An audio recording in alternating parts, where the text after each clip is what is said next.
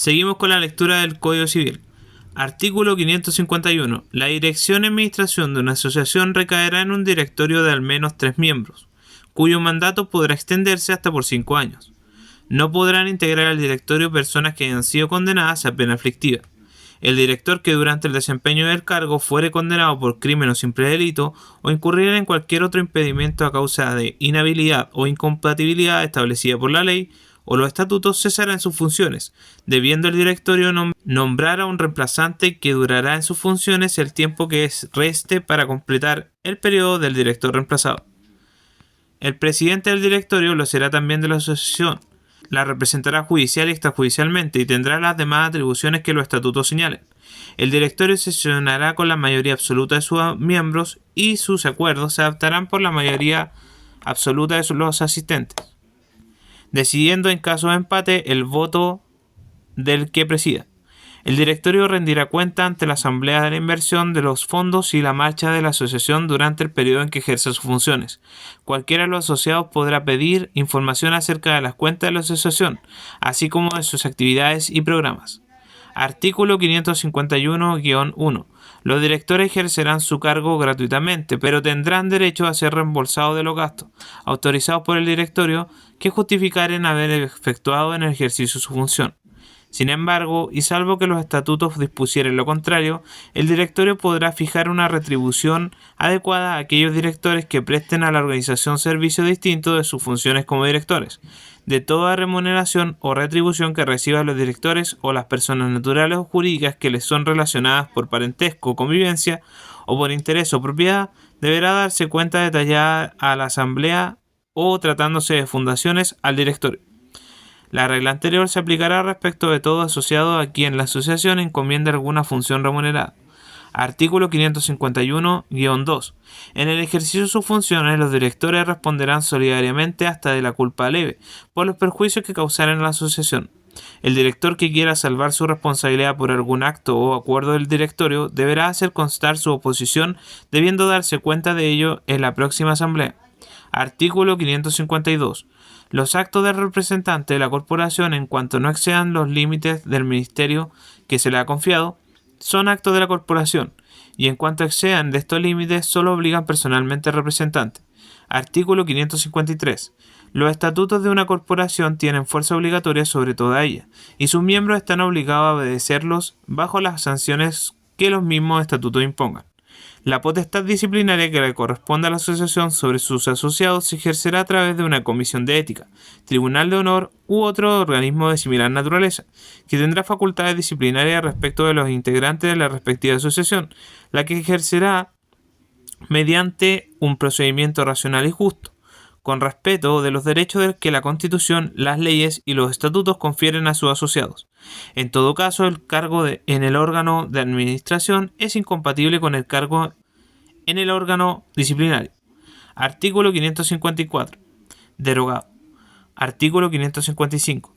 Los delitos de fraude, dilapidación y malversación de fondos de la corporación se castigarán con arreglo a los estatutos, sin perjuicio de lo que dispongan sobre los mismos delitos las leyes comunes. Artículo 556. Las asociaciones y fundaciones podrán adquirir, conservar y enajenar toda clase de bienes a título gratuito u oneroso, por acto entre vivos o por causa de muerte.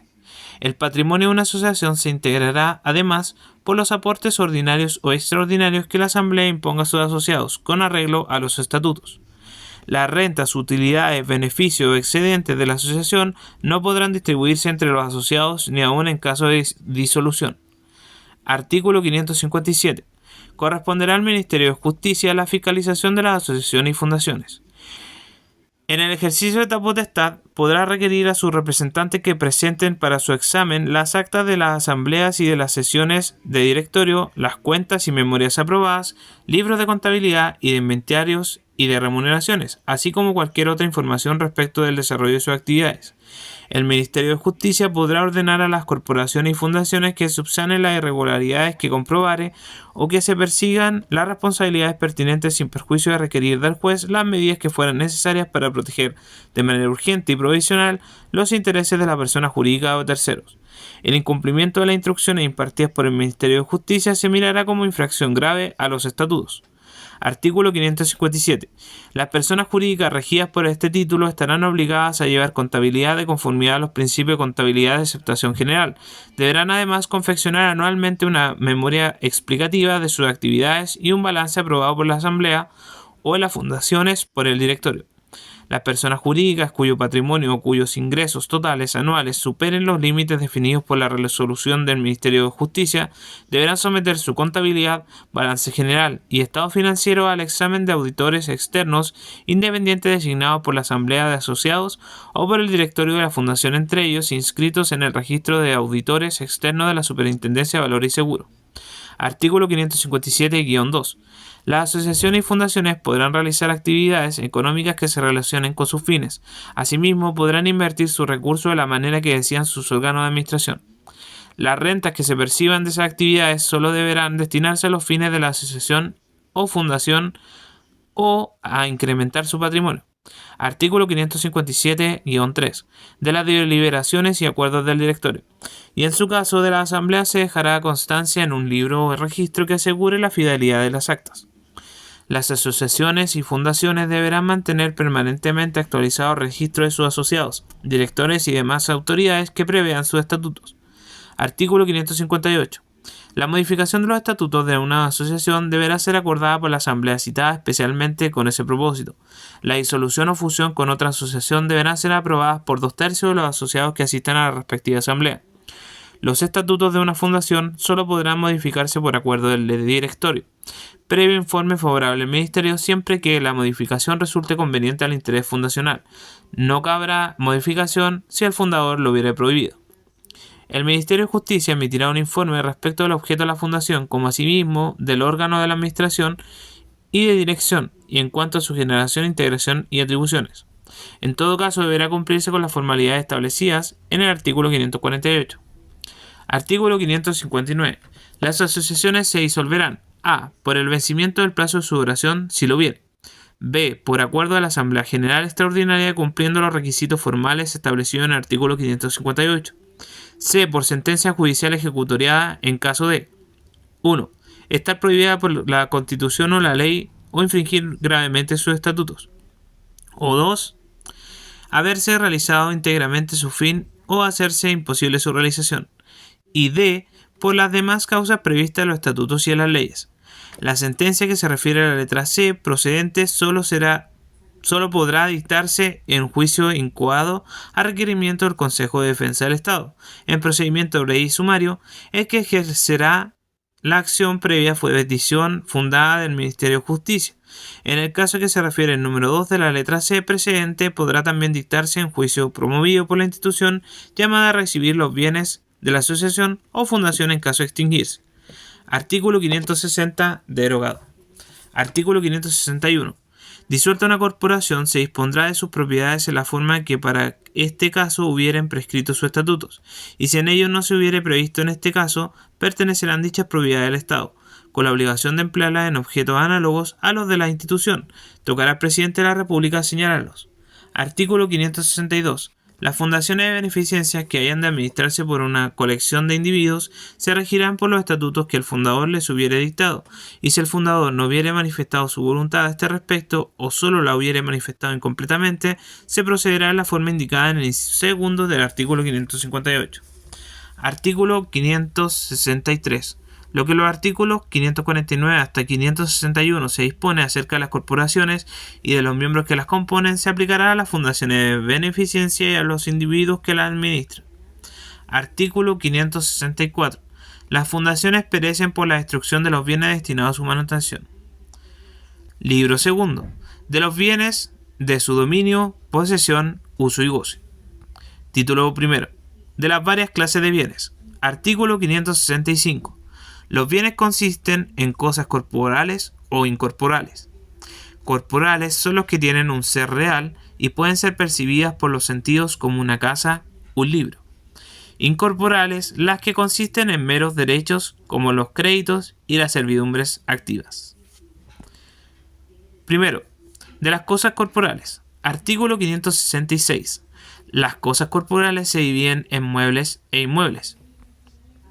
Artículo 567.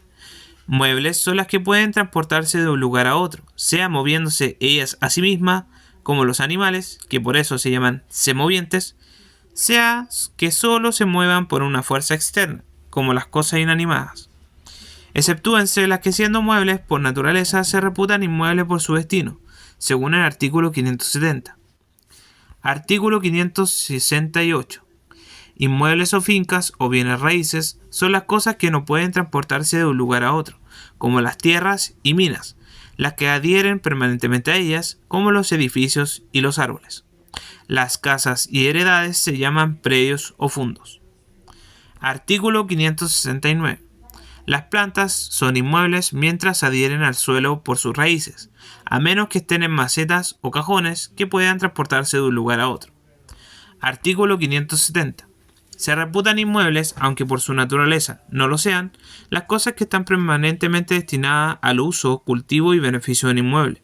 Sin embargo, de que pueden separarse sin detrimento. Tales son, por ejemplo, la losa de un pavimento, los tubos de las cañerías, los utensilios de labranza o minería y los animales actualmente destinados al cultivo o beneficio de una finca, con tal que hayan sido puestos en ella por el dueño de la finca, los abonos existentes en ella y los destinados por el dueño de la finca a mejorarla, las prensas, calderas, cubas, alambiques, tóneles y máquinas que forman parte de un establecimiento industrial adherente al suelo y pertenecen al dueño de este, los animales que se guardan en conejeras, pajareras, estanques, colmenas y cualquiera de otros vivares, con tal que estos adhieran al suelo o sean parte del suelo mismo, o de un edificio. Artículo 571. Los productos de los inmuebles, las cosas accesorias a ellos, como las hierbas de un campo, la madera y frutos de los árboles, los animales de un vivar se reputan muebles, aún antes de su separación, para el efecto de constituir un derecho sobre dichos productos o cosas a otra persona que el dueño. Lo mismo se aplica a la tierra o arena de un suelo, a los metales de una mina y a las piedras de una cantera. Artículo 572. Las cosas de comodidad u ornato que se clavan o fijan en las paredes de las casas y puedan removerse fácilmente sin detrimento de las mismas paredes, como estufas, espejos, cuadros, tapicerías, se reputan muebles. Si los cuadros o espejos están embutidos en las paredes, de manera que formen un mismo cuerpo con ellas, se considerarán parte de ellas, aunque puedan separarse sin detrimento. Artículo 573. Las cosas que por ser accesorias a bienes raíces se reputan inmuebles no dejan de serlo por su separación momentánea. Por ejemplo, los bulbos o cebollas que se arrancan para volverlas a plantar y las losas o piedras que se desencajan de su lugar para hacer alguna construcción o reparación y con ánimo de volverlas a él. Pero desde que se separan con el objeto de darles diferente destino, dejan de ser inmuebles. Artículo 574. Cuando por la ley o el hombre se usa de la expresión bienes muebles sin otra calificación, se comprenderá en ella todo lo que se entiende por cosas muebles, según el artículo 567. En los muebles de una casa no se comprenderá el dinero, los documentos y papeles, las colecciones científicas o artísticas, los libros o sus estantes, las medallas, las armas, los instrumentos de artes y oficios, las joyas, la ropa de vestir y de cama, los carruajes o caballerías a sus arreos, los granos, caldos, mercancías, ni en general otras cosas que las que formen el ajuar de una casa. Artículo 575. Las cosas muebles se dividen en fungibles y no fungibles. A las primeras pertenecen aquellas de que no puede hacerse el uso conveniente a su naturaleza sin que se destruyan. Las especies monetarias, en cuanto perecen para el que las emplea como tales, son cosas fungibles. Segundo, de las cosas incorporales. Artículo 576. Las cosas incorporales son derechos reales o personales. Artículo 577. Derecho real es el que tenemos sobre una cosa sin respecto a determinada persona. Son derechos reales el de dominio, el de herencia, los de usufructo, uso o habitación, los de servidumbres activas, el de prenda, el de hipoteca. De estos derechos nacen las acciones reales. Artículo 578. Derechos personales o créditos son los que solo pueden reclamarse de ciertas personas, que por un hecho suyo o la sola disposición de la ley han contraído las obligaciones correlativas, como el que tiene el prestamista contra su deudor por el dinero prestado, o el hijo contra el padre por alimentos. de estos derechos nacen las acciones personales. Artículo 579. El derecho de censo es personal en cuanto puede dirigirse contra el censuario, aunque no esté en posesión de la finca acensuada, y real en cuanto se persiga ésta. Artículo 580. Los derechos y acciones se reputan bienes muebles o inmuebles según lo que sea la cosa en que han de ejercerse o que se deba. Así el derecho de usufructo sobre un inmueble es inmueble. Así la acción del comprador para que se le entregue la finca comprada es inmueble, y la acción del que ha prestado dinero para que se le pague es mueble. Artículo 581. Los hechos que se deben se reputan muebles. La acción para que un artífice ejecute la obra convenida o resarza los perjuicios causados por la inejecución del convenio entra por consiguiente en la clase de los bienes muebles. Título segundo. Del dominio. Artículo 582. El dominio, que es, entre paréntesis, que se llama también propiedad, cierra paréntesis, es el derecho real de una cosa corporal para gozar y disponer de ella arbitrariamente, no siendo contra la ley o contra derecho ajeno. La propiedad separada del goce de la cosa se llama mera o nuda propiedad. Artículo 583. Sobre las cosas incorporales hay también una especie de propiedad. Así el usufructuario tiene la propiedad de su derecho de usufructo. Artículo 584. Las producciones del talento o del ingenio son una propiedad de sus autores. Esta especie de propiedad se regirá por leyes especiales. Artículo 585. Las cosas que la naturaleza ha hecho comunes a todos los hombres, como la alta mar, no son susceptibles de dominio, y ninguna nación, corporación o individuo tiene derecho a apropiárselas. Su uso y goce son determinados entre individuos de una nación por las leyes de esta y entre distintas naciones por el derecho internacional. Artículo 586. Las cosas que han sido consagradas para el cultivo divino se regirán por el derecho canónico. Artículo 587.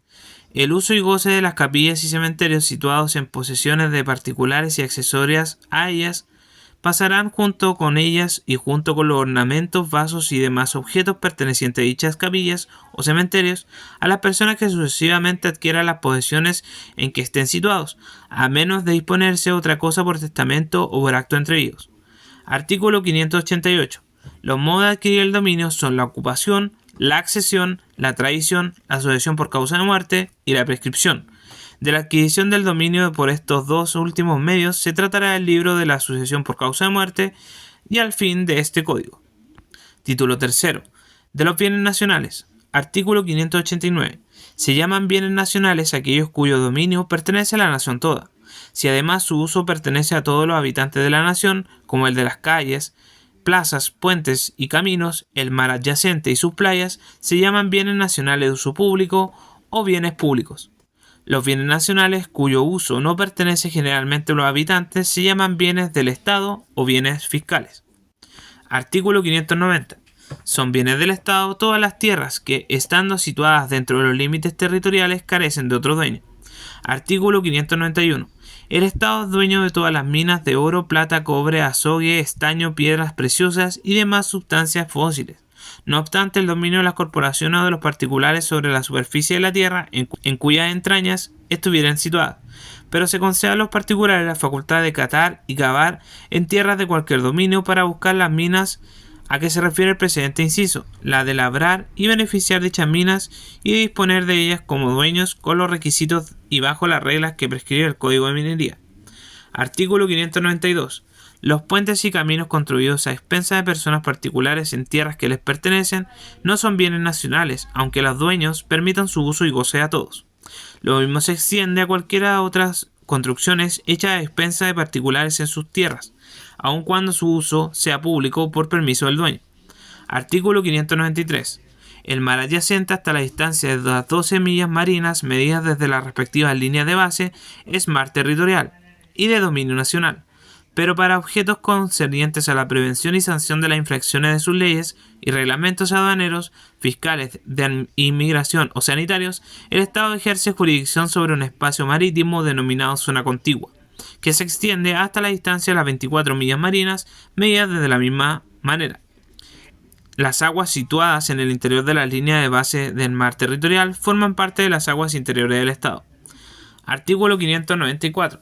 Se entiende por playa del mar la extensión de tierra que las olas vayan y desocupan alternativamente hasta donde llegan en la más alta marea. Artículo 595. Todas las aguas son bienes nacionales de uso público. Artículo 596. El mar adyacente que se extiende hasta las 12 millas marinas contadas desde las líneas de base a partir de las cuales se mide la anchura del mar territorial y más allá de este último se denomina zona económica exclusiva. En ella el Estado ejerce derecho de soberanía para explorar, explotar, conservar y administrar los recursos naturales vivos y no vivos de las aguas subyacentes al lecho, del lecho y el subsuelo del mar, y para desarrollar cualquiera otras actividades con mira a la exploración y explotación económica de esa zona. El Estado ejerce derechos de soberanía exclusivos sobre la plataforma continental para los fines de la conservación, exploración y explotación de sus recursos naturales. Además, al Estado le corresponde toda otra jurisdicción y derechos previstos en el derecho internacional respecto de la zona económica exclusiva y de la plataforma continental. Artículo 597. Las nuevas islas que se formen en el mar territorial o en ríos y lagos que puedan navegarse por buques de más de 100 toneladas pertenecerán al Estado. Artículo 598. El uso y goce que para el tránsito, riego, navegación y cualquier otros objetos lícitos correspondan a los particulares en las calles, plantas, puentes y caminos públicos, en el mar y sus playas, en ríos y lagos y generalmente en todos los bienes nacionales de uso público estarán sujetas a las disposiciones de este código y a las ordenanzas generales o locales que sobre la materia se promulguen. Artículo 599. Nadie podrá construir, sino por permiso especial de la autoridad competente, obra alguna sobre las calles, plazas, puentes, playas, terrenos fiscales y demás lugares de propiedad nacional. Artículo 600. Las columnas, pilastras, gradas, umbrales y cualquiera otras construcciones que sirvan para la comunidad u ornato de los edificios o hagan parte de ellos no podrán ocupar ningún espacio, por pequeño que sea, de la superficie de las calles, plazas, puentes, caminos y demás lugares de propiedad nacional. Los edificios en que sea tolerada la práctica contraria estarán sujetos a la disposición del presente inciso si se reconstruyeren.